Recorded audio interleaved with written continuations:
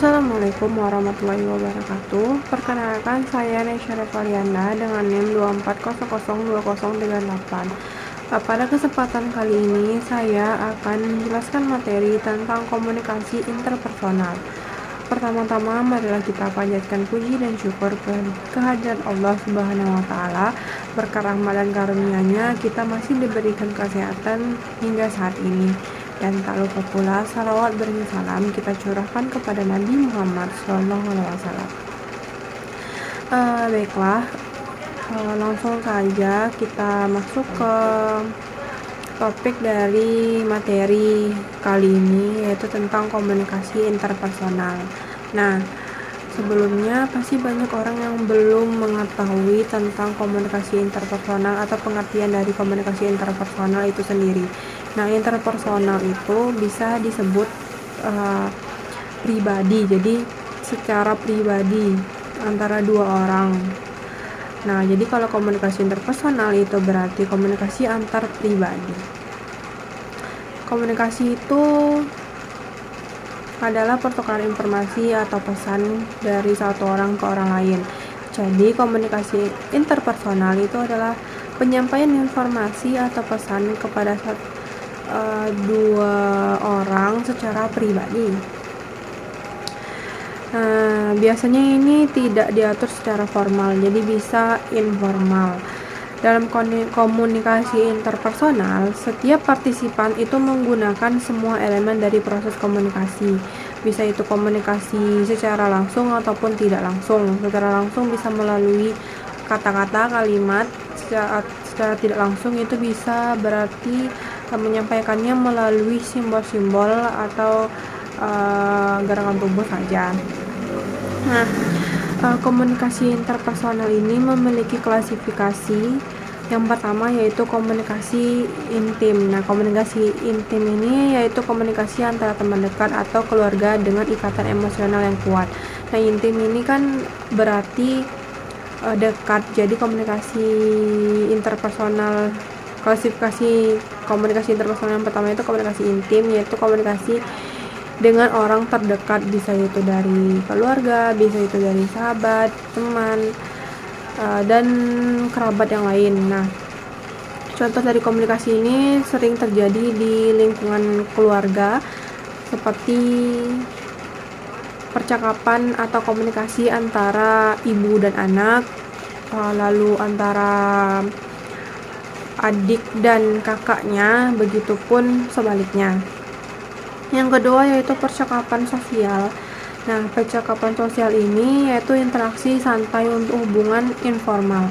Jadi ini bisa saja percakapan sosial untuk kalian memulai interaksi kepada orang lain atau kepada orang yang belum kalian kenal. Jadi gak mungkin kalian belum kenal sama seseorang tapi kalian langsung aja nyeletuk, pasti kalian harus memulai dengan komunikasi. Jadi dengan adanya komunikasi interpersonal yang percakapan sosial ini, maka kalian akan bisa berinteraksi dengan orang lain di lingkungan kalian. Nah, yang ketiga yaitu interogasi atau pemeriksaan. Nah, ini situasi di mana satu pihak meminta informasi dari pihak lain. Jika komunikasi itu penyampaian pesan dari satu orang ke orang lain, jika integrasi itu, kalau integrasi itu berarti mengambil atau meminta informasi kepada orang lain. Jadi tidak memberikan tapi meminta informasi atau pesan kepada orang lain. Yang terakhir yaitu wawancara. Wawancara ini yaitu pertukaran tanya jawab antara dua orang. Jadi dari antara dua orang itu melakukan sesi tanya jawab. Jadi dari komunikan atau narasumber ke sumbernya gitu. Nah, dalam komunikasi interpersonal itu membutuhkan pendengar yang baik dan aktif serta menghargai keberagaman perspektif orang lain. Jika ini sama halnya tentang dalam komunikasi saja. Dalam komunikasi pun juga pasti dibutuhkan banget pendengar yang baik dan aktif. Tidak hanya pendengar, tapi juga pembicara yang bisa menyampaikan pesan dan informasinya itu tersampaikan dengan baik kepada si pendengar. Jadi di dalam komunikasi interpersonal itu membutuhkan pendengar yang baik dan juga penyampaian pesan yang bisa dimengerti oleh si pendengar. Selanjutnya itu aksioma komunikasi interpersonal. Nah, komunikasi interpersonal ini memberikan wawasan tentang komunikasi seseorang. Tidak dapat memberikan wawasan tentang komunikasi. Jadi komunikasi interpersonal ini memberikan wawasan seseorang tentang bagaimana berkomunikasi secara pribadi terhadap orang lain, entah itu dekat atau hanya sebatas percakapan sosial, integrasi, dan wawancara. Nah, komunikasi ini perlu memiliki konteks yang jelas, lalu komunikasi ini ditandai dengan makna yang jelas. Komunikasi ini melibatkan modalitas digital dan analog, dan komunikasi dapat simetris dan komplementer. Nah, selanjutnya yaitu dari tadi kita membahas tentang ruang lingkup dan pengertian dari komunikasi interpersonal. Kita belum mengetahui nih apa sih tujuan dan fungsi dari si komunikasi interpersonal ini. Nah, tujuan dari adanya komunikasi interpersonal ini yaitu tujuan komunikasi interpersonal menurut Muhammad pada tahun 2014 itu komunikasi interpersonal itu memiliki beberapa tujuan. Nah, yang pertama itu menemukan diri sendiri. Jadi dengan adanya komunikasi itu akan membuat kita tuh mengetahui jati diri kita sebagai pendengar maupun sebagai pembicara. Selanjutnya itu menemukan dunia luar. Ini karena komunikasi interpersonal ini bisa juga mencakup yang sudah saya sebutkan tadi, yaitu mencakup perbincangan sosial. Nah, selanjutnya itu membentuk dan menjaga hubungan yang penuh arti. Nah, karena komunikasi interpersonal ini antara satu individu ke individu yang lain dengan cara dekat, maka itu akan menjalin sebuah interaksi dan hubungan yang baik antara si komunikan dan komunikator.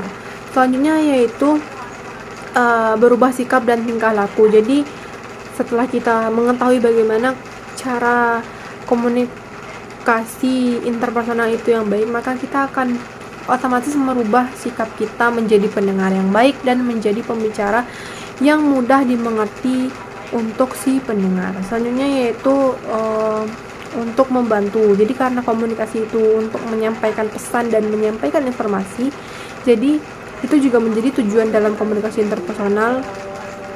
Jadi bisa membantu untuk menyampaikan informasi bagi pendengar yang tidak mengerti apa yang mereka tidak mengerti. Jadi si komunikator ini bisa memberitahu kepada si komunikan tentang informasi-informasi yang si pendengar ini tidak tahu. Setelah tadi itu tujuan dari komunikasi interpersonal, selanjutnya itu tentang fungsi dari komunikasi interpersonal. Nah, jadi komunikasi interpersonal itu tidak hanya memiliki tujuan tetapi juga memiliki fungsi. Apa sih fungsi dari komunikasi interpersonal tersebut? Nah, fungsi dari komunikasi interpersonal tersebut yaitu pertama, membangun hubungan yang kuat melalui komunikasi interpersonal yang efektif dalam dunia organisasi maupun di selingkup lingkungan sekitarnya. Nah, dengan kita tuh meningkatkan kemampuan komunikasi kita, baik dari komunikasi internal maupun komunikasi interpersonal, itu dapat membina hubungan yang bermakna, menyelesaikan konflik, dan mencapai tujuan pribadi dan profesional. Jadi jika kita memiliki kemampuan komunikasi yang baik, maka itu akan membantu kita untuk menyelesaikan konflik dengan cara berkomunikasi dengan si komunikan. Jadi banyak sekali miscommunication atau kesalahpahaman dari salah satu individu ke individu yang lain karena adanya konflik. Jadi jika kita memiliki kemampuan untuk berkomunikasi, maka kita bisa mengkomunikasikan konflik tersebut sehingga kita bisa mendapatkan penyelesaian dari konflik tersebut. Nah, selanjutnya itu yang mencapai tujuan pribadi dan profesional ini. Tujuan dari kita berkomunikasi terhadap orang lain itu pasti memiliki tujuan seperti entah itu menyampaikan informasi atau menyampaikan pesan dari satu individu ke individu lain. Jadi dengan adanya komunikasi interpersonal itu akan membuat kita bisa mencapai tujuan dari komunikasi itu sendiri. Nah, mungkin itu saja penjelasan materi tentang komunikasi interpersonal dari saya. Bila ada salah kata saya mohon maaf. Saya akhiri. Wassalamualaikum warahmatullahi wabarakatuh.